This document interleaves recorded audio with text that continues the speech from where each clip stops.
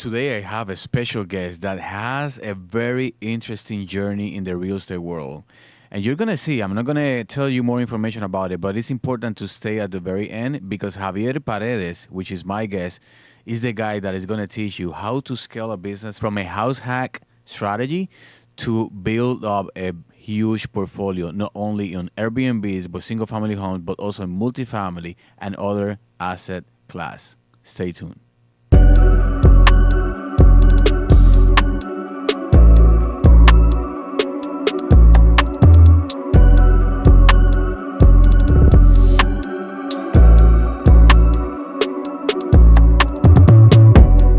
But let's go back how you started in the business because you were doing Airbnb or you're still doing Airbnb, right?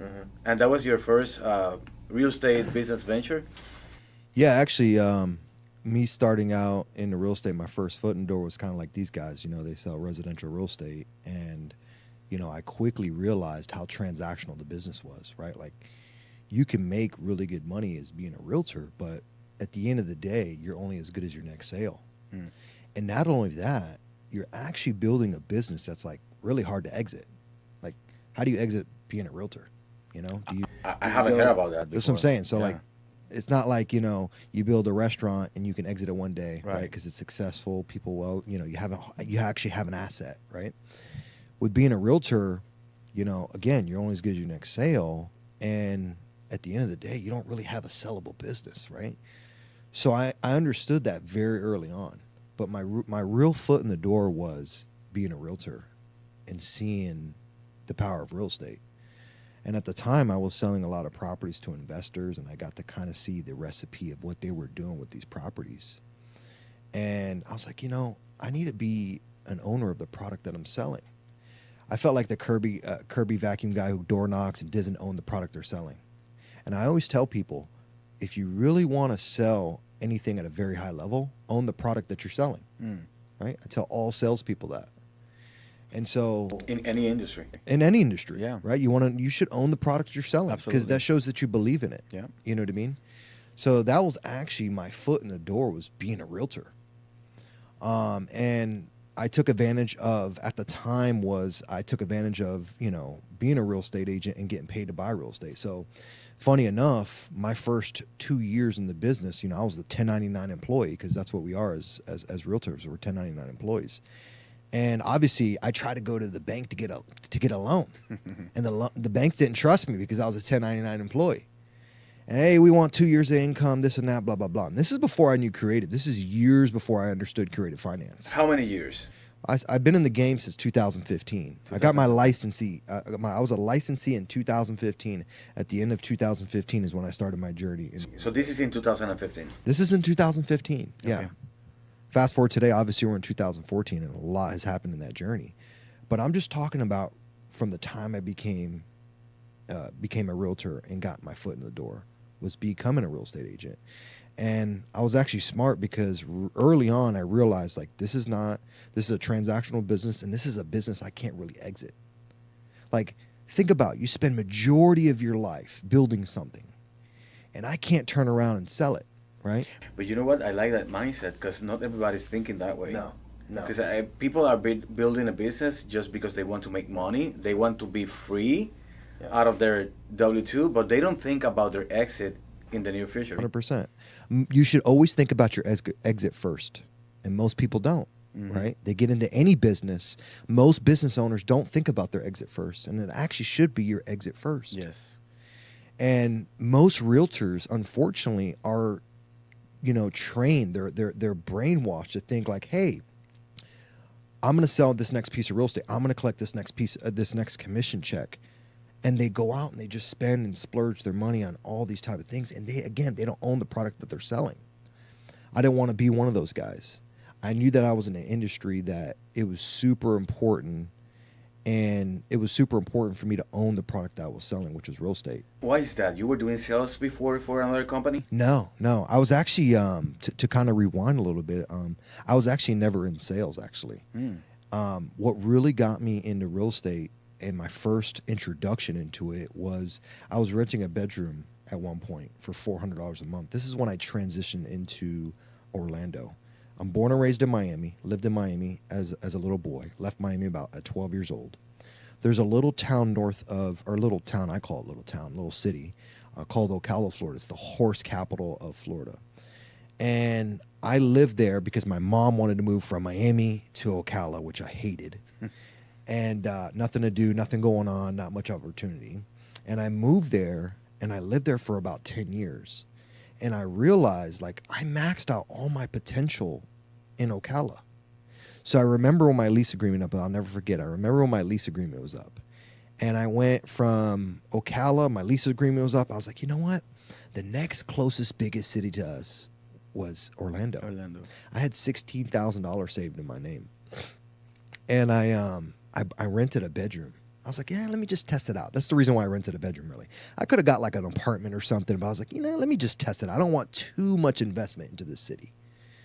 So when I when I moved to Orlando, I was doing the same thing I was in Ocala, which I worked for horse shows at the time. I wasn't never riding horses, but that was like the thing there, right? Horse shows. And I did all these very labor-intensive jobs. And actually, as a little boy, when I lived in Miami, I was actually a very young entrepreneur at spirit. It was just in me, right? You know how some people just say, hey, you're born with that gift? Well, when I was a young kid, I actually was very business savvy, right? I was never the kid that wanted to be in front of video games. I hated video games. I hated TV. I wanted to be out making money as a little kid. And it wasn't one of these things where it's like, oh man, I'm following after my dad, because I actually grew up, single mother, struggling to make ends meet. And I saw my mom, the dedication and the commitment that she had trying to make ends meet. And she's first generation immigrant? No, so I'm third generation Cuban, right? So her mom, my mom's mother is from Cuba. My mom's from New York. Okay. But I'm born and raised in Miami. Anyway, so I had this entrepreneur spirit in me since I was just a little boy. I was the kid that wanted to be out making money. And I'm telling you, like, young, dude, like 9, 10 years old. My stepdad at the time, he was building pools. I would ask him, hey, can I come with you to pick up trash? Or what did you need help with? Can you pay me a little money? Again, it was the abnormal mentality of a child, because most children want to be in front of a computer, a video game, an iPad. Even like, I know that wasn't as prevalent at the time, because obviously Nintendo. We're older. I know, Nintendo. But I just always had this entrepreneurial spirit in me. And then that transitioned in Ocala, right? I was still in Ocala trying to work multiple jobs that were paying me like I'll never forget. My first job was working at true job was working at Winn-Dixie. I was getting paid like $6.15 an hour as a bag boy. And at the time, because of child labor laws, they couldn't work me more than I think 15 hours a week. And I hated it, because I was like, dang, dude, I want to make more money and I want to work more. But again, because of child labor protection, they can only work me so many hours. So as soon as I became like 16, 17, they were able to give me more hours. And again, I worked 2 jobs consecutively, almost like, how some people hold 2 jobs because they have families or they have huge financial commitments they had to meet? It wasn't your case. I was the opposite. Yeah. I had no financial commitments. I had no big family. I just loved money. You were enjoying what you were doing. Yeah, I was enjoying it. I loved money and I loved working, And so I got to the point where I just felt like I maxed out my potential in Ocala, Florida. And I said, the hell with this. I'm going to move to Orlando, and that's why I came here. I rented a bedroom at $400 a month that I found off Craigslist. And speaking of PadSplit, now they have a marketplace for this. At the time, I was trying to find places on a Craigslist and Facebook and, all these external sources that we have no idea if there were scams or not, It wasn't a thing. So it wasn't a thing. It was very difficult to find a place like that, right? Yeah. So I went and I transitioned into a bedroom rental. And believe it or not, when I moved to Orlando, Florida, I was actually repeating the same process I was in Ocala. I was working another job, 60, 70, 80-hour weeks. And by the way, to be specific, I was working 60, 70, 80-hour weeks when I said I was hosting 2 jobs. I was working like crazy, And again, I had no big financial commitments. I had no family, And most people would be like, man, why you work so much, Why not? I just loved it. Yeah. I loved money. I really did. And I still do. But so when I rented a bedroom for $400 a month, $100 a week, at the time, I was installing vinyl signs, like car wraps, vinyl signs, and like the theme park, stuff like that, right? And I worked there for, I think probably about almost a year. And my roommate, mutual friend, would come over every blue moon, and he had a suit on, and he had a laptop, and he was all really dressed really sharp. And I asked him, being the social guy I am, I asked him, hey, man, what do you do? He said, man, I'm in real estate. At the time, man, real estate, the word real estate was foreign to me. I didn't know anything about real estate. I didn't know what an investor was. I didn't know you can invest your money.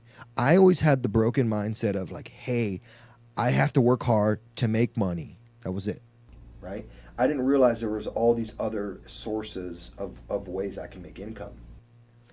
And he met me, and he's like, bro, he's like, his name's Andreas. We're ex-business partners, actually. I mean, he's my ex-business partner. And he's like, dude, your charisma, your energy. He's like, you should be in real estate. He looked me dead in the eye, and he's like, you should be in real estate. I said, all right, cool. How do I get in real estate? Without knowing anything. Not knowing anything. And he was a realtor, right? And he said, man, yeah, just go take this test and get your state license, and now you can start selling real estate. You didn't know anything about I didn't know anything. But I was willing to take risk. I had a little pocket change in my pocket. And a lot of people listening to this, you got to realize my risk tolerance was really high. Still? My risk tolerance is still really high. But I'm just saying, at the time, my risk tolerance was high because I quit my full-time job. I didn't know anything about real estate, and I became a realtor. It took me about almost a month to get my real estate license. How old were you at the time? Well, I was a licensee in 2015, so I was 25 years old. 25. Yeah, 25 years old. So so I got my real estate license. Took me about a month, and then my buddy, I just kind of followed what he was doing. I was like, okay, I got my real estate license. What do I do next? He said, hey man, come to this brokerage that I'm at, Exit Realty Central, right? I was like, all right, cool. What do I got to do? He's like, yeah, just meet with the broker, hang your license with us, and start selling real estate, right? And he kind of was giving me some blueprints of how do you get leads and how the fundamentals work. But no details at all. Well, he was kind of guiding me through the process. Like, again, like we at one point we became business partners, and I'll get into that in a second. I remember, like, after a couple weeks of me being at the brokerage Exit Realty Central, again, I had $16,000 in my name, and I was, again, high risk tolerance. I looked at him. I was like, hey man, do you want to partner up on some Zillow leads? This is, again, 2015, right? Almost 2016, end of 2015. And I looked at him. I was like, bro, you want to partner up on some Zillow leads? I got some money saved. He had some money saved now, and we looked at each other like, yeah. I said, I'll throw $500 a month. Would you throw $500 a month? Dude, that was a lot of money to me at the time. Not now. I look at 500. I was like, 500 ain't doing nothing. But it was funny because the cost of a lead at that time was like $20 a lead, $15 a lead, $20 a lead, for every inquiry you get, right? Now they're like 80, 100, 120. It's crazy, right? Mm-hmm. The lead business is a good business, by the way. But I saw him because he was in real estate as a realtor about a year before I was. And I saw him pick up his first fix and flip. He was a real estate agent. He picked up his first fix and flip. He wasn't partnering with me or anything. But I saw what he was doing and how he was acquiring the real estate. He started talking to wholesalers, and then he got a hard money loan. And so I got to get this. I got to saw the whole entire blueprint of what he was doing. And it was funny enough because at the time he actually partnered with my broker to do the flip. My broker, he leveraged my broker, him and his money and his resources, and he had a little money, and he invested a little money into that flip. They fixed it up, they flipped it, pretty straightforward, right? Then about a year later, I saw him do his first buy and hold. He actually went to the bank. His mother, I believe, co-signed for him, and he got an FHA loan at 3.5% down, right? So it's a super low entry fee to get in this deal. And I saw that. And then he took that property that was a 3-bedroom, 2-bath house. It had a 1-1 garage, and he converted the garage into a studio apartment, fully permitted. It's crazy. And I was like, and I got to see that process too. I was like, holy shit. This guy did a flip. He's done his first buy and hold. I'm coming up on my 2 years of being in the game as a real estate agent, because when you're a 1099 employee, banks don't want to loan you money until you have 2 years worth of income, because they take the average of 2 years, right? You're a higher risk to them, and your income's not as predictable. So I was like, man, this is really awesome, man. He essentially converted this single family home into a duplex, and then he was Airbnb in that garage unit. And I saw that he was Airbnb in the garage unit. He was making like $200 to $2,500 a month on that. That was covering his mortgage, right? Then the side he was living on, which was a 3-2 side. There was a 3-2 main house, and then he had a one-car garage that he converted into a studio apartment. The side that he was living on, he didn't stop there. He was actually renting out the bedrooms on the side he was living on. And he was just living in one bedroom, right? Very frugal guy. So not only did he could have lived on the side that he was living on pretty much for free, not have a hassle with roommates and stuff like that. But he's like, you know what? I'm not going to stop there. I want to rent these rooms out, make cash flow. So I got to see him actually purchase a home, convert the garage, live there for free, and make cash flow. I couldn't believe it. Isn't that crazy that most people are looking for what or how to do it, something, where the key is who is doing it? Mm-hmm. Of course. Because that guy already opened up your eyes, and you saw the path 100% of the thing that you needed to continue to do. Yeah. I actually made I think it was a short that one of my team members posted yesterday.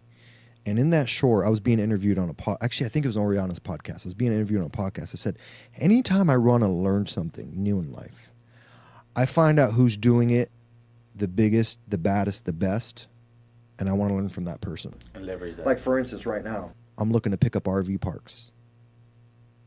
I don't know much about RV parks. I get how the fundamentals work, but Heather, she's a big influencer in the RV park space, right? Am I going to invest in her course? Probably, right? She knows it best. She's already gone through all the SOPs. She's already created, tons of success doing it, and I see that, right? So I can pivot to doing something like that and learn from somebody who's doing it at a very, very high level. That's why I got into sub 2. That's why I got into multi-fi, But I'm not one of these people that I get into something or I pay somebody a certain amount of money, a dollar amount, to learn off them and not apply it. Which is most people. Most people do that. Yeah. Right. Most people do that. So going back to where I was just saying, so I got to see him do all these blueprints and all the fundamentals of him real estate investing, right? Which at the time, that's what we considered real estate investing. And I came up on my 2 years. I got pre-qualified. I think I got pre-qualified for like $300,000, bro. Right. FHA as well. Yeah, FHA as well. Dude, this is when money was super cheap. I got an FHA loan at like 3%, free money. And I was shopping around, right? Looking for properties in the MLS. I already knew the area I wanted to be in. And I found a duplex. And I put an offer right away. I'm not kidding you. It was a property. It was on the market for 6 days. I couldn't believe it was still there. It was a shitty looking duplex. It was yellow. So hot was the market at the time? The market wasn't like super hot, It wasn't like hot like 2 years ago hot. Things were still moving. People were still buying. And actually, small multifamily was very, very hard to find. It's actually still hard to find these days. Yeah. Right? There's a lot of investor activity in that pool. And right? this is in Orlando? This is in Orlando, yeah. Just outside of downtown Orlando. Yeah, it's an area right next to Boone High School, which is one of the top public schools in Orlando, right? It's in city limits of Orlando. I can actually walk to downtown Orlando. So prime location, prime school zone, prime neighborhood.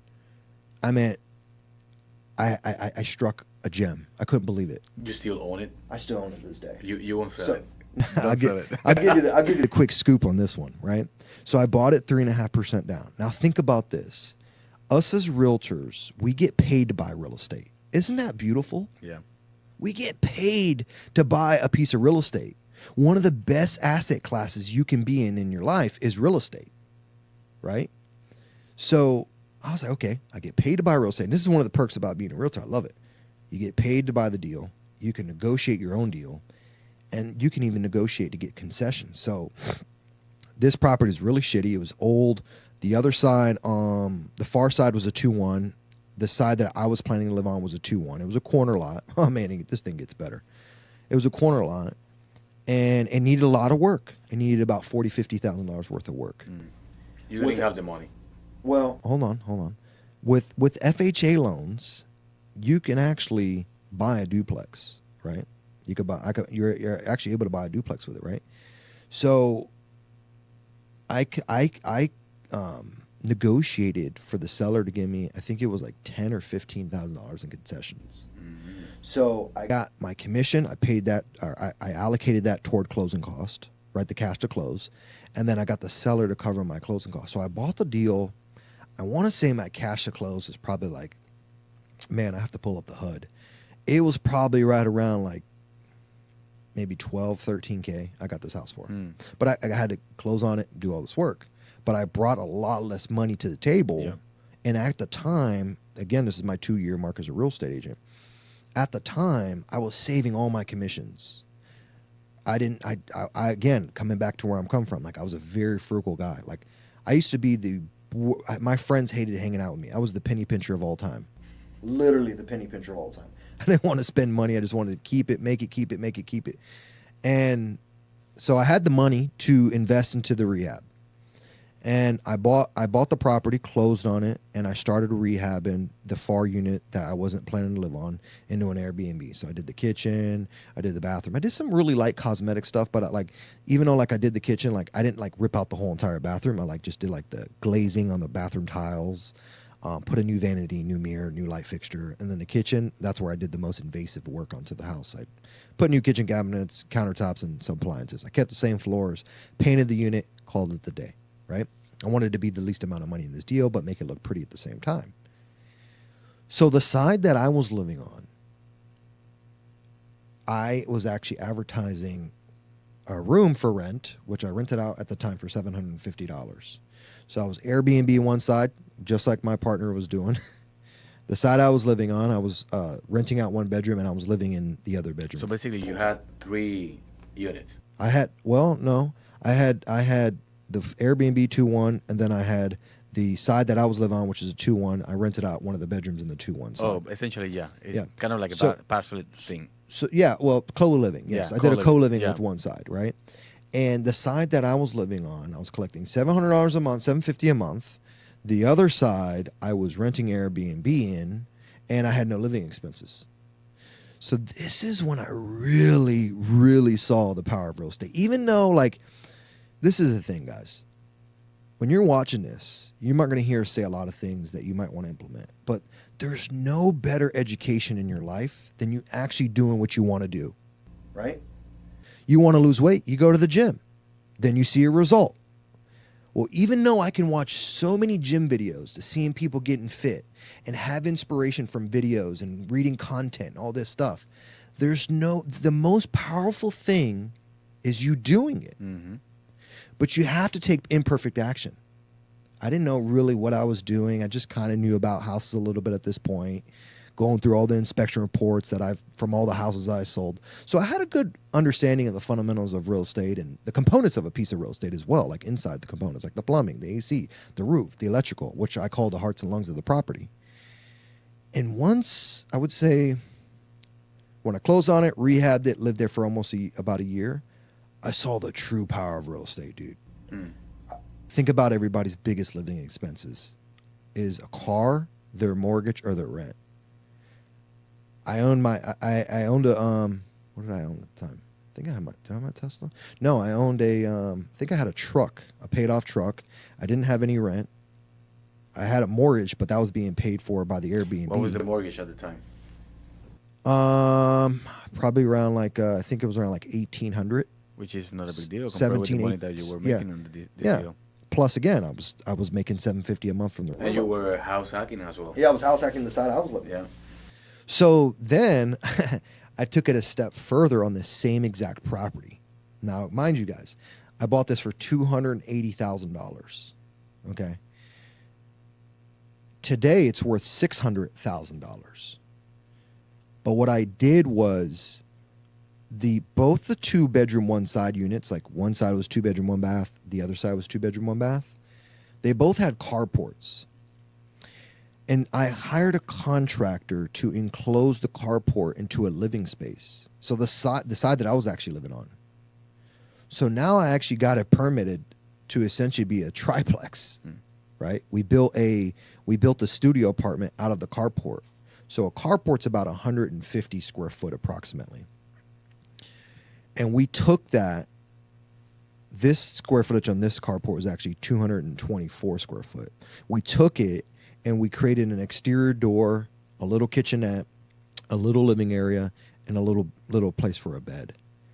And so this one property now, it's a triplex. It doesn't have 3 meters, so I guess it's technically not a triplex, but the way I rent it out, it's generating 3 incomes. So it's got an Airbnb on one side, an Airbnb on the other, and then long-term tenants in the middle. And this is, I guess, that this is the way that you started, not only in real estate but also in Airbnb. Correct. Because you were, and what I love about this story is that you were trying to figure things out all the time. You didn't have a plan for it. Yeah, no, I didn't. That goes. Most people are looking to have the best plan to start in the business, right? So this is back to my analogy.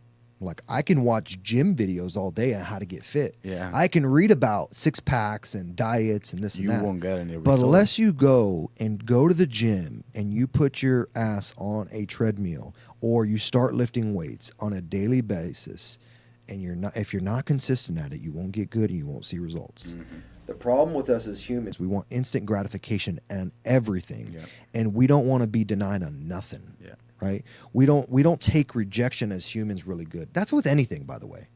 You go out and get a girlfriend or a boyfriend, or you might like somebody and they say no. You don't handle that rejection the right way. You can be in sales and you're trying to sell something and someone says, "No, I'm not a buyer. I don't want to buy it. Don't call me again." People don't handle that well. But if you want to learn anything in life at a really high level and quick, learn it from the best person who's doing it at the highest capacity. Learn from that individual, and I'm sure like they're monetizing on some type of course content that they have, but try to get in proximity to that individual and see what they're doing, and you become a product of your environment. I tell people, you want to learn a new language? Don't try to use Duolingo. Go live in that country where that language is being spoken for a year or two. You will be super fluent in it very quick. You want to be wealthy? You want to be rich? Go hang out with wealthy and rich people. You need to be able to speak the language. You'll start becoming a product of your environment wherever you do, whatever you're in. You know what I mean? 100%. Same things like, you have kids. Yep. Right now, if your kids, they leave school, they start hanging out with kids who are partying, smoking, drinking, guess what? Your kids are going to start hanging out, partying, smoking, and drinking. Again, they're a product of their environment. So that first deal gave me the recipe. But yes, I did all the training I saw that my buddy was doing. That was training for me, right? Real life training. I saw him doing these deals. I bought that piece of real estate. I turned it from a duplex essentially into a triplex. And now that property is worth $600,000. But here's the beautiful part. I also saw my buddy doing a ton of cash out refinances on every single one of his deals. I was doing everything he was doing. I'm not kidding you. He was your business model. Yeah, dude, exactly. I'm not kidding you.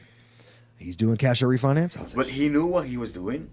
He knew what he was doing, and when you want to talk about risk tolerance, I have a high risk tolerance. He's got a way higher risk tolerance, right? Like, you talk about someone taking imperfect action, he's super quick to take imperfect action, right? Super high risk tolerance. So, yeah, I mean, he knew what he was doing. I mean, he was learning off other people too, but it was getting passed down the chain. You know what I mean? Mm-hmm. So I saw him do it. He would take out $70,000, $80,000, $90,000 on our properties, because remember, when we bought our properties, we bought them very cheap. 2-3 years later, the market was appreciating at such a high rate, and a lot of these properties, you got to remember, we were adding heated square footage to it. Yep. So let's talk about that 224 square foot carport that I converted. I added 224 square foot. My average square footage at the time when I did my cash out refinance was 190 square foot.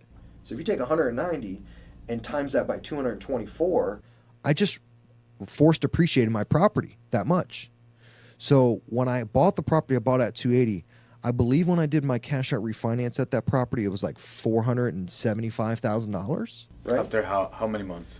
I cashed out refinanced that property about, I want to say 2.5 years into of ownership Nice. of the property. Nice. So I got my initial investment back, Mhm. right? And some. And so I was just like, holy shit, dude. This just keeps getting better and better and better. And this is all of just one property, right? And then today, again, it's like my trophy. I still own it today. I make $6,000 a month just on that one property, gross income. That thing's going to pay me over and over and over and again. And not only that, like right now, I don't even look at properties all about cash flow anymore. Because now I've become a very high income earner, and I buy a lot of properties for depreciation, depreciation, future appreciation, and all the other benefits of owning pieces of real estate. So, long story short, I actually kept repeating that same process year over year. So one of my little hacks before I understood anything about creative finance or anything was I understood that I can relocate my primary residence every year and still get a low down payment on a property, right? So remember, we spoke about 3.5% down. Mhm. That's a low entry fee. Mhm. Remember, I get paid to buy the deal because I'm a realtor, and I can negotiate my own deal, and I can get concessions from the seller. So my strategy was every year to year and a half, this is how I actually grew my portfolio. It was very slow, but it worked. Every year and a half, I would buy another primary residence, get another 3% or 5% loan, right? Every so often, right? And I would house hack it. Get another home, move another year and a half, house hack that home. And I just kept rinsing and repeating that same process, getting these low down payments, free money from the banks. Because remember, when I was doing this, 2016, 17, and 18, interest rates were 3.5%, right? Very cheap money. I kept telling people, cheap money. And it was funny because I remember from hearing from all these people, oh, don't buy, it's going to crash, it's going to crash, it's going to crash. Just imagine if I listened to all these people, right? And I was smart. I was like, you know what? I don't care if it crashes. I don't care what the market does because these are long-term holds, you know? I'm holding these things for 7 to 10 years, if not infinite. Might pass them on to my children. So I understood that. So I didn't really care. I didn't listen to the outsiders. And I'll remember every time I did any type of business move in my life, I'm going to refer back to something right now. Same thing when I went to make those $500 investments into Zillow leads. I remember asking realtors who were in the business already. They're like, oh, no, those leads are garbage. Don't buy those. Don't buy those. Again, if I listened to them, I wouldn't have been making the money I was making at the time. But isn't that the same story that, in my case, I've been listening to that story for years. Mm-hmm. Even in the 80s, in the 90s, the 2000s, everybody, says that the market is going to crash. Mm-hmm. And we're still, up here. Crazy. Crazy, man. I know. I've been hearing this for a long time. For a long time. And I don't have the crystal ball. I mean, there's lots of predictions, but, look, at the end of the day, I'm making money whether we're in an upwards market, downwards market, or a sideways market. It doesn't matter. You know what I mean? Like, I'm shaking and moving no matter what. Mm-hmm. Because at this point, I have so many tools in my tool belt, right, that I can utilize and pivot. Like, a lot of realtors right now are struggling. Yeah.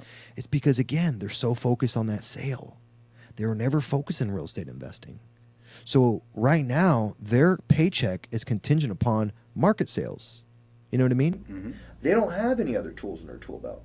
And it's not actually their fault. You know why? Because the system is very broken. You get your real estate license, which doesn't teach you anything about real estate, by the way. It just teaches you some little laws and this and that. It doesn't teach you anything about real estate investing. And then once you get your real estate license, you put it at a brokerage. Then the brokerage doesn't really teach you shit other than, hey, go out and produce. Go out and produce. How many units did you sell? How much volume? How can we help you get your volume up? Right? That's the realtor talk. Yeah. How can we help you get your volume up? No one talks about, hey, how can we make you rich? How can we make you wealthy? It's not really common in being a realtor. And when I was a realtor at the time, don't get me wrong, like being a realtor gave me a lot of perks, right? And it got me to point A to point B. I used it as a vehicle. Again, I was going back. I was very smart. I used it as a vehicle to get from point A to point B. And every time I was in these rooms full of realtors, hey, what's your portfolio look like? I asked other people because I was like on my first or second property at the time. So I felt like a big shot. I was like, hey, man, what's your portfolio look like? Oh, no, I don't own anything. Hey, man, what's your portfolio look like? Oh, I don't own anything. Man, 5-6 years into the process, I was like, man, I'm in the wrong rooms, bro. I'm in the wrong rooms. I can't be the one that owns all the real estate. You know what I mean? Yeah. Like, it's funny because when I get around like the Pace Morby, the Jerry Nortons, I'm like, fuck, man. And you feel challenged all the time, right? Yeah, I feel like, damn, do I really own a lot of real estate? Yeah, You know what I yeah, mean? yeah, yeah. Like, there's always somebody doing it bigger. Yeah. You know, there's always that next level. So then when I feel like that, to be honest with you, you start feeling a little uncomfortable. But when I feel like that, I'm like, all right, I'm in the right place. Yes. So it's like, it's this trigger that I get inside of me. I'm like, I know when I'm in the right rooms. I feel uncomfortable. I don't know what people are talking about. I'm like, yep, I'm in the right You room. know that happened to me in Montana. Even that it was a family-oriented environment that Pace created, and no one was speaking about real estate, right? Yeah. But just being in that room, you feel that I'm in the right room. Absolutely. Absolutely, man. Absolutely. And even though, like, man, dude, I had a great time there. I know we didn't get to hang out too much, but we're around people who are shaking and moving. People who Bro. are doing business. Pace Morby, Jerry Norton, Yeah. Vina Jetty, Yeah. Jamil, Yeah.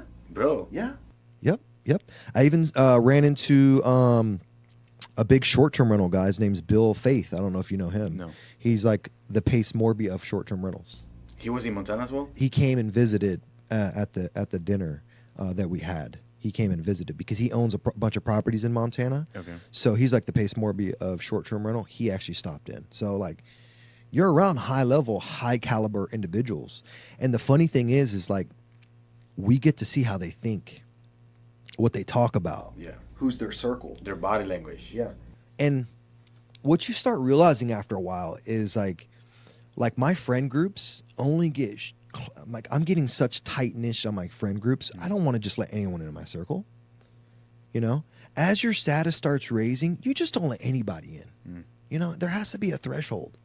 You know, like, you don't want to just let anybody in. Like, don't get me wrong, I want to help everyone. You know, No, but I get your But- point. you just don't want to let everyone in. Yeah. You know what I mean? Totally, 100%. There has to be a gatekeeper somewhere or something. The thing is that even without you noticing, you will feel that they are dragging you down if you stay with them for a couple of times, Yeah. You know that I'm in a WhatsApp group with people that I graduated with in high school. Bro, this is 25 years later, and they're still talking about the same shit that we were talking in high school. 25 years later, bro. And let me ask you this, and I bet you I don't even have to ask this, but they're probably all 9-to-5ers, All the time. all 9-to-5ers, and then there's nothing wrong with that. No. There's nothing wrong with the 9-to-5ers. We need those individuals. Yes. But a lot of times they're 9-to-5ers is because we go through life in motions, and you just do what everyone else is doing. And at the end, it's a decision. They decided to do that. I decided to do something else. That's why I need to protect my environment. Us as humans, we're very fearful. We're ego-driven, right? That's all humans. So once you can really start pulling back that curtain and not be as fearful, willing to take some risk, get around people who are doing things that you want to do. The problem a lot of times with people is with the 9-to-5ers is they just haven't been shown the way, you know, and they haven't been around the right people. And if everybody's talking about the same thing, like you just spoke about, everybody's just going to be talking about the same thing. Why? Because it goes back to what I just said. You're a product of your environment. There's nothing. It's just simple as it is. It's that simple, and people don't realize it. So anytime I want to do something, I just want to get around the people who are doing what I want to be doing and put myself in those rooms and feel that uncomfortable feeling. That's when you know you're in the right place. Yeah, I love it. 100%. So then, basically, you house hack this house, Yep. and then you continue to do it that over and over and over. Over and over and over. But at some point, your Airbnb portfolio grew up because I remember the time. I think that the day that I met you, I asked you, and you told me that you have 15 houses or 15 Yeah. Airbnbs. Yep. So I have a nice sized portfolio of STR short-term rentals and been in the short-term rental space since 2016. Which is the good years. Yeah, the good years. And the way let me specify on that. These were the years when you could take furniture, put it in a property, and kill it. Make lots of money, right? Now, fast forward today in 2024, You will never survive if you do that now. So what's the hack now? What's the key? The key right If, now, if someone wants to continue doing Airbnb. the key right now, if you want to get into the Airbnb game, so I'm still in it to this day. All my properties are still up and running. And the only reason why my properties that I just talked about by putting furniture in a property and that's it, calling it a day, the only reason why those properties are still performing is I have very low debt service on them. My debt service is so low, I can survive. So your gross Right. profit is not huge enough compared with a couple of years ago. Yeah, well, think about like people who locked up loans at 6, 7%, 8%, 9%. Those people aren't surviving. I'm telling you that right now. Those people are not making money. So right now, if you want to get into the short-term rental space, you have to have a very unique product. You have to be an emerging market, right? No market sat. It cannot be a saturated market, and you have to have the views, right? You're actually buying the outside first, if that makes sense, right? What do I mean by that? That means like if I have beautiful mountain views, kind of like remember Jerry Norton's house? Yes. That's unique. You can't replicate that lake house, right? Like how many other lake houses are like that? You see what I'm saying? Yes. So if he's an emerging market, he's got the uniqueness. He has the nice finishes and the right amenities. You'll kill it. But you're always buying the outside first. And you're buying the zoning. Obviously, a lot of people know that the short-term rental space is being very regulated right now. Yes. A lot of regulations. I remember back in 2016, everywhere you look, it was very foreign to cities and counties. Now, they know how big of a business it is. They understand how much of a dynamic they've made in the short-term rental space, right? So Airbnb has become a multi-billion-dollar industry. Well, guess what? A lot of cities and counties either A, have banned it or require you to get some type of permit or be in the right zoning. Well, I hate to tell you, there's a lot of places that are not short-term rental friendly, you know? So if you're buying a property and you're not in a short-term rental friendly market, you don't have a unique product, and you're not buying the outside first, good luck. You're not going to survive. So with your experience right now, if you will invest in an Airbnb right now, what will be that market for it? So one of my big projects that I've done, I have a I don't know if you know this, I have a resort style Airbnb. No, I didn't know that. Yep. I've owned it. I got one partner on it. We're both 50-50 owners in it. He brought his capital. I brought my capital to the table. We both brought our resources to get the property up and running. But this property is in western North Carolina, right? It's an area called Waynesville. And what we done was, one, we did a bunch of market research. We don't just buy anywhere. So the individual who I partnered with is somebody who I got into real estate investing. I was his mentor. I was his coach. And he became from a student to now a partner. And what we do is we do data aggregating through a company called STR Insights. So basically, we'll sit down, we'll have a consultation with them, and what they do is they know the top-rated emerging markets that don't have market saturation. They'll tell you exactly what amenities you need. They'll tell you exactly how many bed bath count. They'll tell you exactly what pockets of the city or county you need to be in. They do all the heavy lifting for So you. basically, they give you the whole blueprint. Pretty much. Right? I use STR Insights. But even though that prior to us hiring this company to get data, right? Even us prior to hiring them, we're very experienced STR operators, okay? So we came up with our own thesis of what we could do in that market for that particular property. We crunched our numbers. We had our spreadsheet. And basically what we did is we took our data and compared it to that company we hired, and we validated our data. Is it right or wrong? Right? So we hired them, and it's $500 an hour, by the way. I hired a guy, $500 an hour. Not kidding you. I'll pay $500 an hour, no problem. Yeah, why not? Yeah. Right? Why not spend some money and learn what you need to know for that market? Well, either you spend it or you lose it. Yeah, you spend it or lose it. Yeah. And well, not even that. You spend thousands and thousands of dollars and countless hours of time to get no result in the product that you're trying to achieve. Mm-hmm.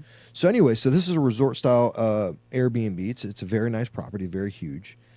Basically, It's got mountain valley views. Like you know how Jerry Norton's house looks. Yes. I have that same thing. In Montana, the same one. No, mine's in. No, but I Western. mean, yes, I have Jerry's that house same in thing, Montana. that same view. When you go out, you're like, whoa! I have that same view, right?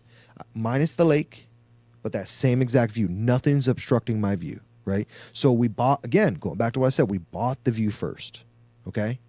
So I had that same view, and what we did was we built a 24 by 12 deck. So there's an huge upper deck like he has, and then we have a huge lower deck like he has, right? I'm just cross-referencing so you have a clear vision. And we have a lower deck that we built, and on that deck, we put a custom-built Estonia barrel sauna right from Estonia, right? Cedar wood. We put a 5-seater badass jacuzzi with strobe lights built in that changes colors automatically. We put a ice bath in, a plunge bath. It's called from the company called Plunge. It's one of the top ice baths you can put in. So just on my amenities alone, that's like almost $40,000 just on those amenities alone. So what have we created here? Let's talk about that for a second. I have created a very unique product, B, a product that is very hard to clone. Let's say you looked at what I'm doing. You might be like, man, for me to achieve what Javier's doing, one, it's going to be hard for me to find the product that he's doing that with. So how can I find that same product? Because there's not many homes that have that view, right? Because I'm selling the outside. I'm buying that outside first. And I'm selling the outside to the consumer. But then you might start looking through my photos. You're like, holy shoot, professionally decorated, sauna, jacuzzi, custom decks, fireplace or fire pit, everything's so high end. You're going to look at it like the barrier to entry is very high for somebody just to come and try to clone what I just did. See what I'm saying? Yeah. So the reason why we added the certain amenities that we added was because, again, we had that $500 an hour conversation that we had. We knew exactly what amenities we needed to put in. We understood our client avatar. We understood what type of product that we had to deliver to the consumer, right, that wants to book our property. So basically, you guys created a business plan. Oh, yeah, we created, of course. Yeah, It's like, because this is the thing. I see everybody buying houses. Like, I'm gonna buy a restaurant, and then I'll figure out along the way. But what I see in what you guys did is that I'm gonna create the business plan before I build the restaurant. So once I start operating the restaurant, I'm 100% sure that the restaurant is gonna make it happen. You know. Yeah. So that's the type of product that you actually need for you to survive on Airbnb. Long story short. So it's in today's world, it's not about the property itself. It's about the view, the amenities that you can create around the property. You're buying the outside. Exactly. You're buying the outside first. Nice. Right. And think about it. If you have the correct outside, that's like a barrier around your house that no one will ever get into. Because remember, it's hard to clone that. It's not like they make a whole bunch of homes that have that view. You see what I'm saying? Yeah. And this property is still performing? Oh, yeah. It's going to do, so I paid $500,000, right, for it. It's going to do $120,000. Nice. I'm looking at another property right now. So I only do luxury ones now. I had a conversation last week with the same guy for $500 an hour. We're talking about new markets. So another market that I'm looking at is the Bourbon Trail. You know where that's at? No. Kentucky. No. Okay. I like that, but nobody's talking about those markets. No one's talking. No. See?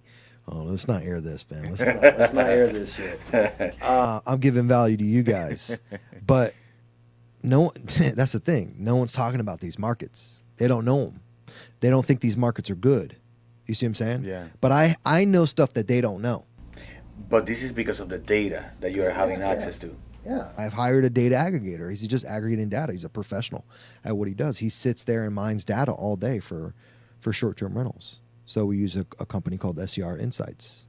Kenny Well, he's very well known in the space. He's kind of like the Benson Privy guy. Mm-hmm. He's kind of like the Benson Privy for short-term rentals. Think of him like that. So you're using AirDNA. No, we don't use AirDNA. So his company is, think about it like this same thing as AirDNA, essentially.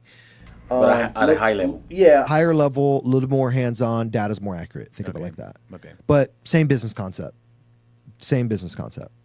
Nice. So So okay, so now you're continuing building up more Airbnbs. slow, very, very slow, and very unique properties. So I think that the word is not slow, it's carefully. Let's say, yeah, right? carefully. I mean, I'm just not scaling like I was, but it's not because like, hey, I need unique properties. It's more so like I don't want a whole bunch more, just because, to be honest with you, Alex, I'm ready for really big projects right now, Okay. and so that's why I got into multi-fi. Can you talk about that project? So I'm looking into big, like, so I want to be a little bit more efficient in my real estate investing. So as we start growing, and as my real estate investing career has changed, meaning like I've done a ton of single family, I've been through a lot of transactions, I've had a lot of experience. I have a lot of experience in the residential world. I'm now pivoting into more bigger projects like RV parks, storage units, multifamily, right? Because I want to be more efficient when I'm real estate investing. Okay. The issue with me in buying one home in Kentucky or North Carolina or Orlando or wherever it is, it's just my portfolio spread so far out. So I want more density and I want more efficiency in my portfolio. See what I'm saying? What is that? Because if I'm more efficient in my real estate investing, my scalability of me scaling my real estate portfolio is going to scale a lot quicker. Mm-hmm. You see what I'm saying? So I'm looking for efficiency. You know what I mean? Mm-hmm. Me buying 100 units multifamily is more efficient than me buying one single family home. Mm-hmm. And the amount of energy that goes into buying one single family home can take a lot of the same time. You know what I mean? It's not apples to apples in time wise, but I'm just saying, like, the reward of my time here buying bigger deals, I'm going to reap bigger rewards. Yeah. So I'm just focused on bigger deals versus like buying the onesies and twosies. Yeah. And another thing is I'm in that phase of, I'm in a growth phase again. I'm in a point in my life where I'm like, okay, I've mastered my craft. I've done tons of deals. I want to learn something new. You know, because, you know, as a human, we get stagnant. Yeah. You start getting like, oh, okay, I've done this, I've done that, I've done this.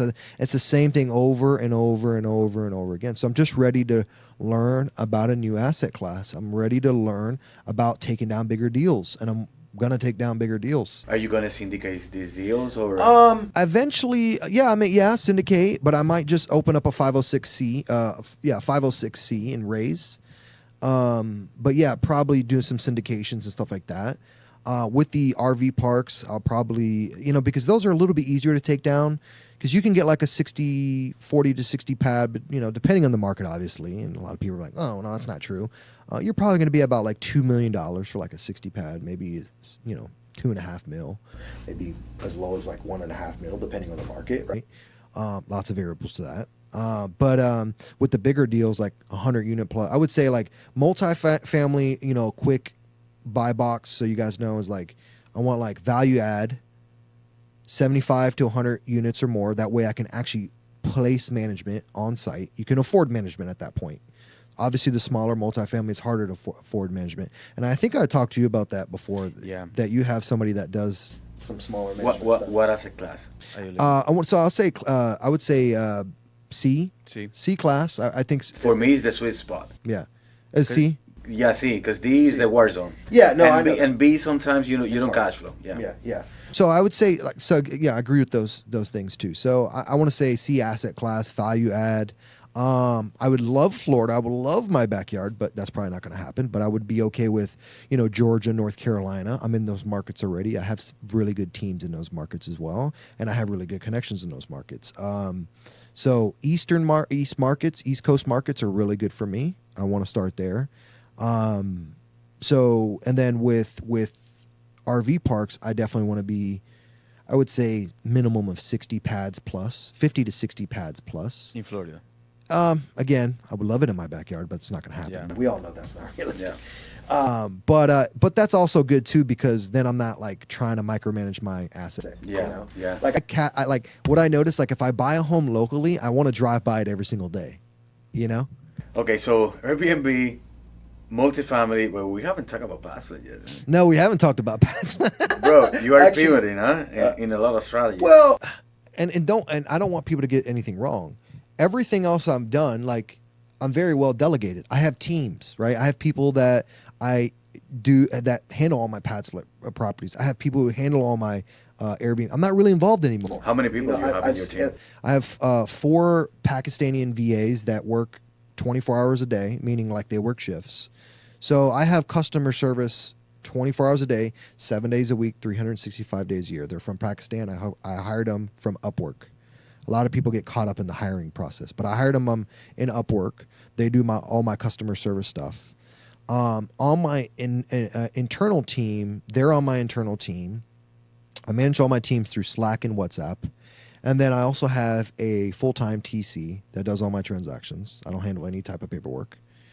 And then I right now I'm building the team for the bigger projects. So for instance, I want a really good underwriter that knows how to underwrite RV parks, storage, and multifamily, right?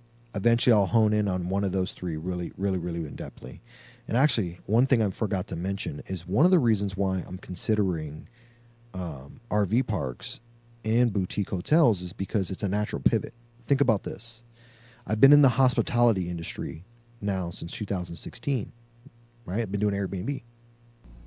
RV parks and boutique hotels aren't much different if you think about it, the business model.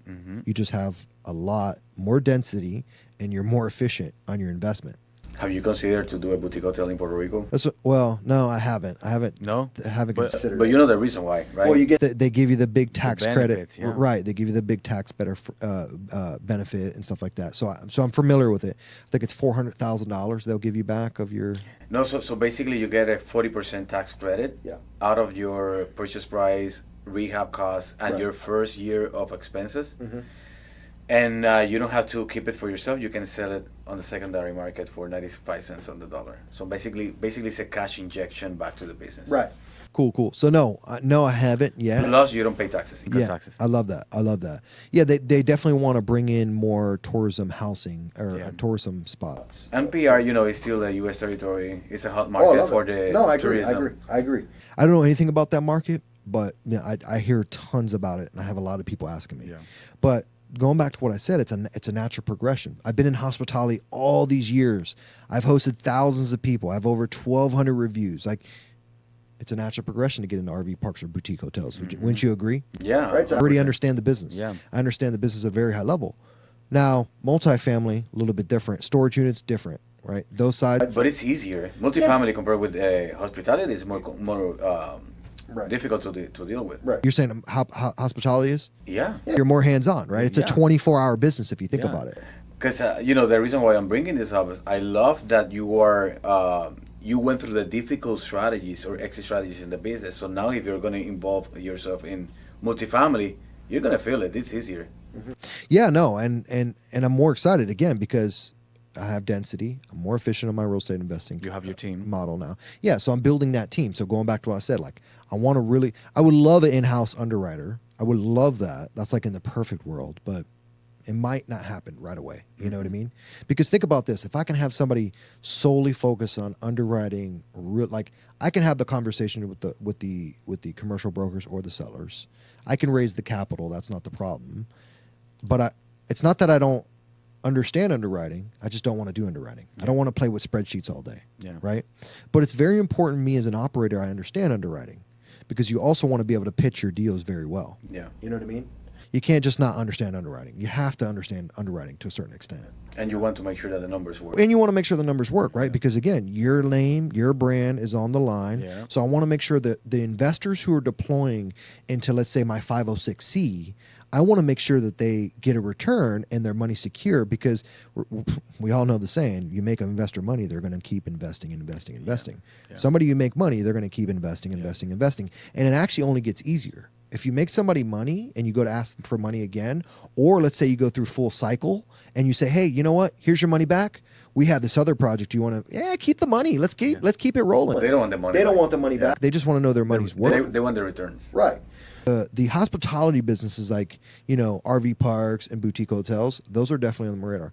Eventually, what I really want to do is I want to hone in on, really ideally, I would like to have 3 offerings in a 506C, right?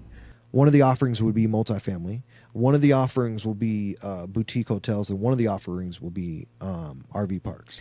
So Have you considered maybe to do a debt fund? I'm not really familiar with debt funds, but no, I haven't. You know that I had a conversation with Nick about it because I had that idea in mind. I was like, Nick, I'm doing fix and flip. I'm doing hospitality. I'm doing midterm rental. So there's a way to create a debt fund or something around those lines that I can raise capital and then deploy it whatever I want. And he Yeah. said, what you can do is to divide or split the shares in, let's say, in names. He called it, for example, Class A is going to be only for multifamily. Right. Class B is going to be for Yeah, PadSplits. different buckets. Yeah. Different buckets, yeah. So when you're pitching a deal and someone says, you know what, I'm not interested in investing with you in a fix and flip, but I would love to invest in a boutique hotel. Oh, I have the shares already, that bucket, that you can invest with me. Right. Yeah. So funny enough, I actually scheduled a call with Nick, a one-on-one consultation, and I paid I think like $500 for that. Right. I actually was smart. I 50-50 it with another multi-fi student because he wanted to ask Nick questions. So I was like, all right, well, let's split this down the middle. We both can pick Nick's brain. So Nick, when I spoke to him, this is a few months back. This is actually in the beginning of the year. I had a one-on-one with Nick, and he advised that I do a 506C and have 3 different buckets with 3 different offerings. A similar conversation that we. Yeah, he didn't mention anything about a debt fund. So again, I don't know the mechanics behind those. It's different ways to do it. Yeah, no, 100%. I don't really know the mechanics behind those, but whatever makes the most sense. But the reason why I want to do that is because obviously these LPs, the limited partners, will have a different risk tolerance for every different asset class. Some of them might want to have a lower risk tolerance and might say, you know what, I don't really like the seasonality of the hospitality industry. You know what, I'd rather go into multifamily, right? Or I don't want to, or I feel like, storage units are more recession proof. I'm okay with going storage. So it gives them a little bit more flavors to choose from when they're choosing their flavor of ice cream, Yeah. if that makes sense. Yeah. But we all know when you create a fund, not only now you have to have, your investor relations, which is super important. A lot of people skip out on investor relations. So you need to build that investor relations team.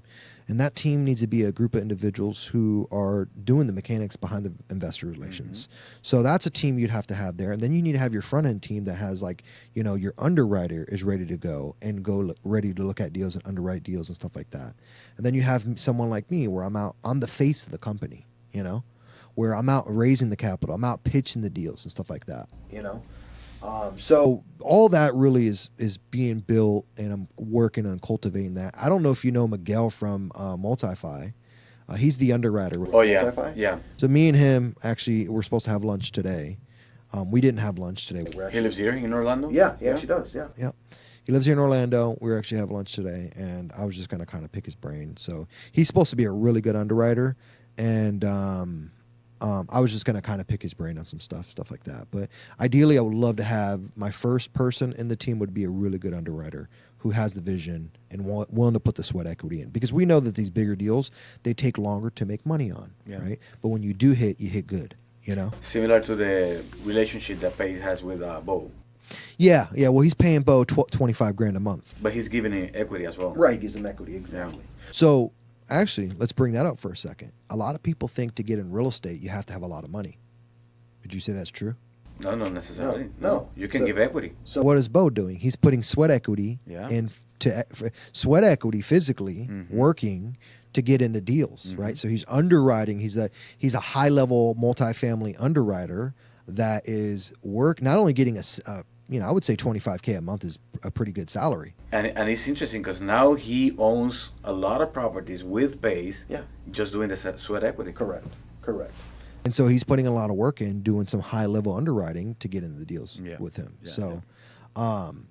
But actually, what I want to do is I want to pick like someone like Vina's brain or Pace's brain and see how their internal team is set up as far as like their fund is set up, because like Pace has got he's got a Reg CF. A Reg CF, yeah, he's got a Reg CF, and he's got like 6 or 10 people already on his team. But I think that he's shutting it down. I think so. I heard something about it. I agree. I think he wants to do syndications only. Yeah, because the price is too high to maintain that CF thing. That fund. Yeah, so there's a lot of things to consider. So but I don't think that you want to target the small guy to raise capital. Right? No. I would say your minimum buy-in is $50,000. Yeah, so you'll need a syndication. Yeah, that's Yeah, fine. yeah. So Or a debt fund. yeah, or I was going to do a 506c. You Yeah. know, so well, but we'll see once I get down to that. Yeah. That path. I So love I've already been exploring. I've already had my consultations, and just ready to start pulling the trigger on some of these deals, get some LOIs out, get some deals run, take some imperfect action, and go from there. I'll So figure it out along the way. yeah. Do you have any good underwriters you want to refer me to? No, I'm not writing the deals by myself. Oh, you are. Yeah. I have a process that I do what I call a napkin underwriting, and then if it's something that I can take maybe a minute to underwrite the property, and the numbers make sense, that I'll do a deep underwriting. Yeah.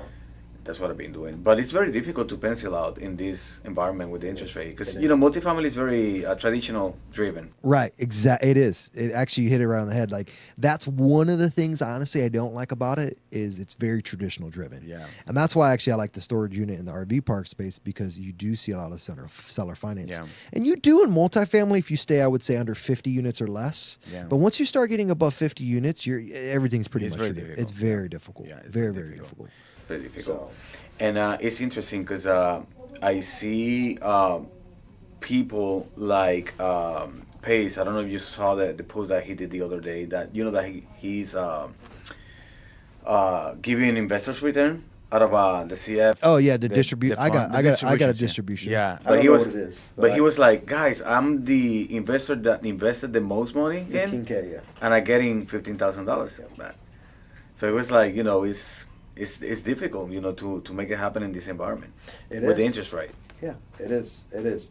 And again, it's funny because I actually watched that video that he did with I think it was with Colliard's broker that he did the Zoom video with. Mhm. Did you watch the? No, I didn't watch that one. So, anyways, long story short was he was being interviewed. I mean, hardcore interviewed by a group of multifamily brokers on his credibility. He released that video, Yeah. but on YouTube. He released it in the community. He released it. I didn't watch that. Yeah, it's pretty good. They were, even though you think about this, They were challenging him, right? they were challenging him, and the reputation he has. Yeah, of course. And they were pretty much saying, like, explain yourself. Why do you think you should be buying these assets? Why do you want to buy these assets? Who do you think, who are you? Let me look at your financials. They want to know everything. I'm talking about everything. So now I understand the context why he was like, guys, this is difficult. I've been buying single family homes all my life, and no one asked me anything about it. Yeah. So that's the thing. I mean, you could look at that as a good thing or a bad thing, because in the single family market, you do get a lot of knuckleheads that just don't know what they're doing, and you deal with a lot more, unprofessional people. I'm not saying there's not any unprofessional people in the multifamily environment, which I'm sure there is. But I'm just saying, like, just the level of professionalism is a lot higher because the bar and the barrier to entry is a lot higher when Yeah. you're getting into the big multifamily deals. So you're dealing with a lot of people who are more professional, and people are going to qualify you a lot more. And not only that, people are going to listen to the way you speak. Are you using the word whisper price? Are you using the word trade? Right? Even though that they use these words, it's so funny how they use these words in the multifamily. But it's the way that you can distinguish yourself from the crowd. Right. Are you saying product? So people are gonna qualify you just based on your verbiage, right? That's gonna show how extensive of knowledge you have in that sector of real estate, because we all know, like, real estate, that's the beautiful thing about it. There's so many ways to make money in real estate, So a couple of things. So what's next? So, I mean, really what's next for me is, again, the bigger projects, being more efficient in my portfolio building and raising more capital from other people. So it's all about OPM, leveraging other people. So if someone right now wants to invest with you, what's the best way to reach you out? So right now, I mean, for them to send me a DM on Instagram at the real Javier Paredes. Right now, I have a lot of PMPs that want to work with me because a lot of people see that I'm doing PadSplit very efficiently. And I have a lot of people reaching out to me wanting to partner with me in that sector. I'm still going to do a little bit of them. I've scaled it back just a tad bit just because, again, I'm putting my focus and energy into the bigger projects. But if they reach out to me on Instagram at the real Javier Paredes, matter of fact, all my social medias are the real Javier Paredes. So if they want to see what I'm up to and they want to see real life walkthroughs, if they check out my YouTube channel, The Real Javier Paredes, they can actually see me walking through these projects pretty much in real time because my team does a great job. I mean, you've seen all Yeah. of the content that Yeah, we're yeah, putting absolutely. out. So how many PadSplits do you have? I have 23 doors on 23 PadSplit. doors. Yeah. And this is in Orlando as well? I have Orlando, Jacksonville, Palm Coast. Why Jacksonville? So Jacksonville was a major metro market. I bought that deal because I was like, you know what? That's a major metro market. I'm going to crush it in that market. The issue with Jacksonville is the room rates are the weekly member dues are very low every week. So the average throughout the whole market, the average member dues every week are about a 175 compared to Orlando's about 229 every week. But the cost of real estate's a lot cheaper there. Yeah. So anyway, I had a guy as a wholesaler. He brought me a deal. He could not close the deal because he didn't know the creative route. So he got me involved, and I told him, I was like, well, do you have it locked up? He didn't have it locked up. He didn't have the right paperwork. He didn't have anything. So I said, listen, man, you're asking 10K assignment. I'll give you, really, I'll give you $5,000 if you keep bringing me these type of deals. Because I really had to do all the work, right? He was just literally just sending me an address and that was it. Right? And you were buying this with a DSCR loan? It No. wasn't creative. This is creative. This is It's creative. creative? This is, Okay. yeah. So you asked me about Jacksonville. So this is the reason why for Jacksonville. Sub 2 or seller finance? Sub two. What was it? 2.75 You interest rate. stole it. Yeah, 2.75 interest rate for free money. And anyway, so my No HOA. No, I don't buy HOAs. Yeah. I don't buy any HOH communities. The best exit strategy for this deal was PadSplit. And so I was like, you know what? I'm buying a cheap deal. I'm buying low entry. I was like, best exit for this one is PadSplit. And so I tried it out. That wasn't my first one, but I tried it out. I was like, how can I go wrong? I'm in a major metro market. I started looking did my underwriting. I was like, you know what? I'm going to convert it into a PadSplit. So it was a 3-2. I converted it into an 8-bedroom, 2-bath. How much do you put into the turning into PadSplit? Probably about $40,000. $40,000. Yeah. Okay. Is the deal performing right now? It's performing. It's stabilized. It's performing. That deal is a 8-bedroom. 6 bedrooms are rented out on it. So it's a full capacity right now? No. It's got 2 extra rooms ready to go. So I'm just over the margin of stabilized. So I am profiting a little bit, very little on that deal. Okay. My extra 2 bedrooms that are vacant right now, those are my profit ones. Okay. Right. So yeah.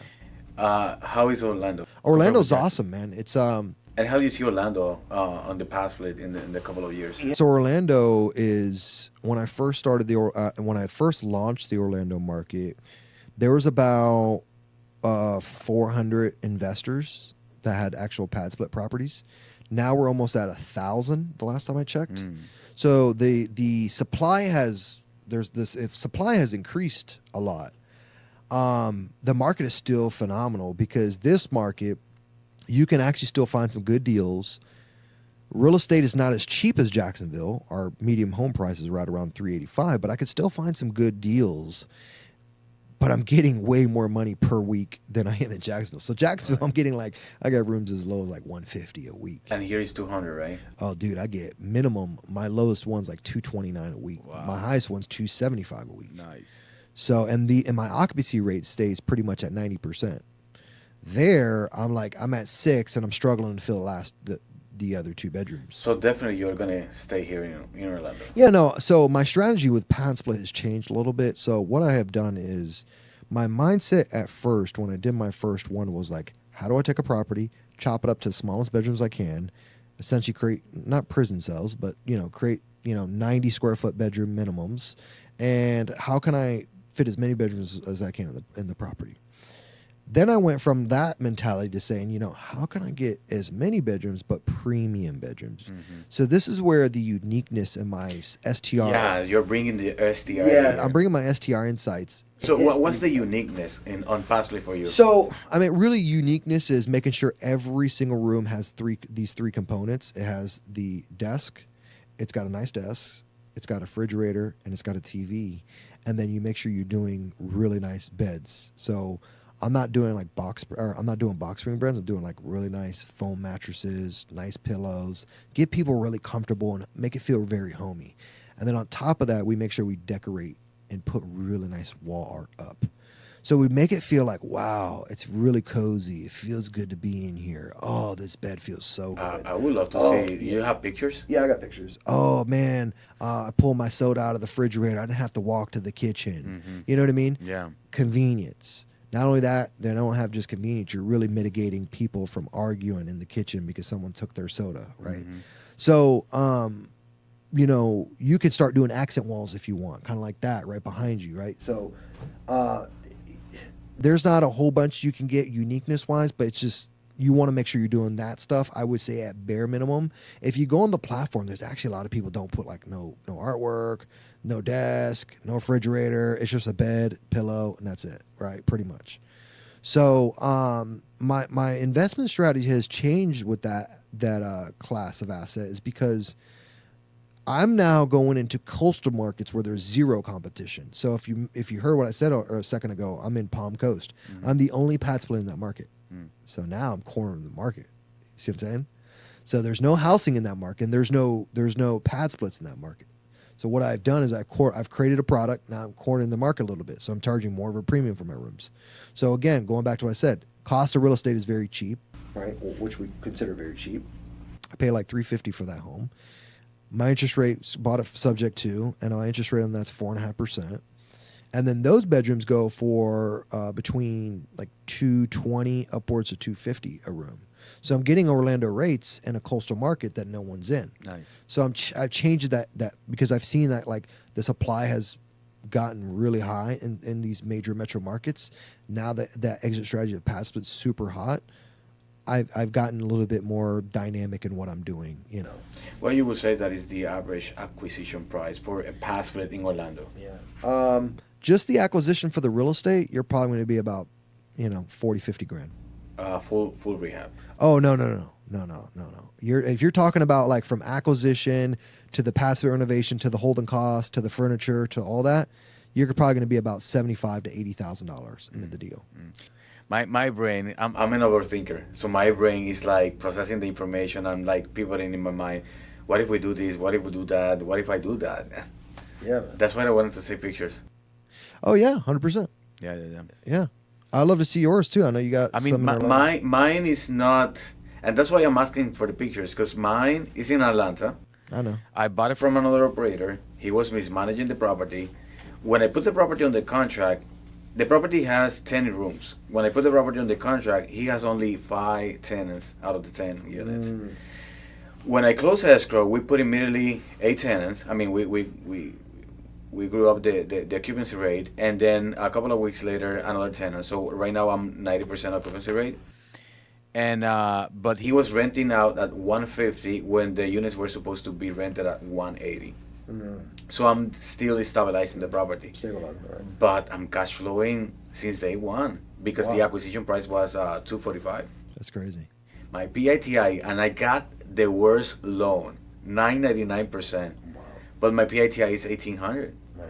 So I'm grossing around $7,000. And that's actually the biggest market for Pat Split. Yes. And I had one tenant that he left, and in 4 days we got a new tenant immediately. Wow.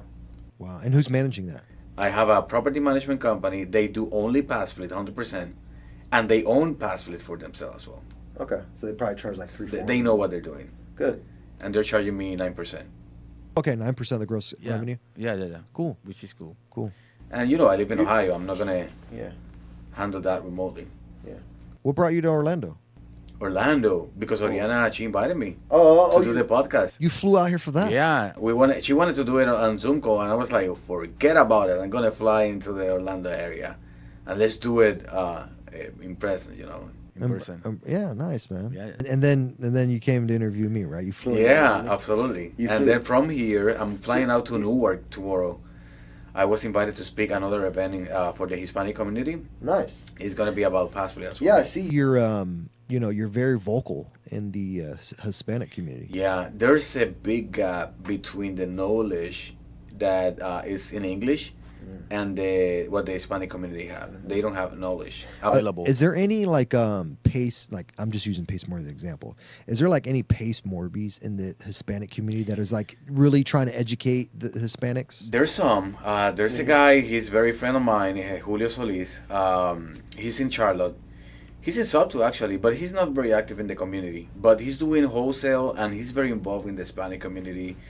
And he wants, basically, he has the same goal that I have. He wants to close the gap between the information that is out there, but it's not accessible for the Hispanic community because it's not in Spanish. Nice. And they know they're doing fix and flip, they're doing wholesale, but they don't know things like how to lend money correctly, how to invest in multifamily, how to do PadSplits. Got it. And are you doing the? I think I saw your information in one of the Zooms. Are you doing the Hispanic Every Friday. in multi-fi?